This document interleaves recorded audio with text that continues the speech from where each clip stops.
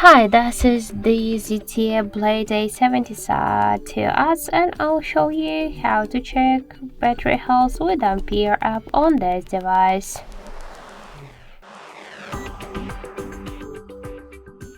So first we should get the Play Store, the application from the Play Store. That's why I open the Play Store and enter the Ampere.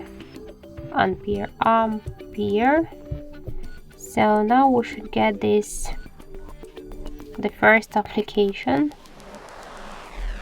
Okay, one more time. Ampere.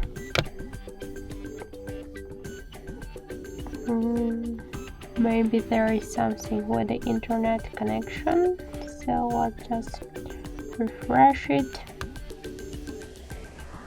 So now we should get this first up. That's why tap the install button and wait a couple of seconds.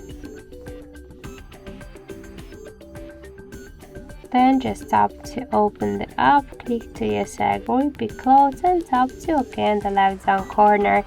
So after that you could see here information about your battery health, and we could see that our battery is in good condition. And also we got here more information like the battery health, capacity, voltage, Android version, and more other info. So that's it, thank you for watching, and if you find this video helpful, leave thumbs up and subscribe our channel.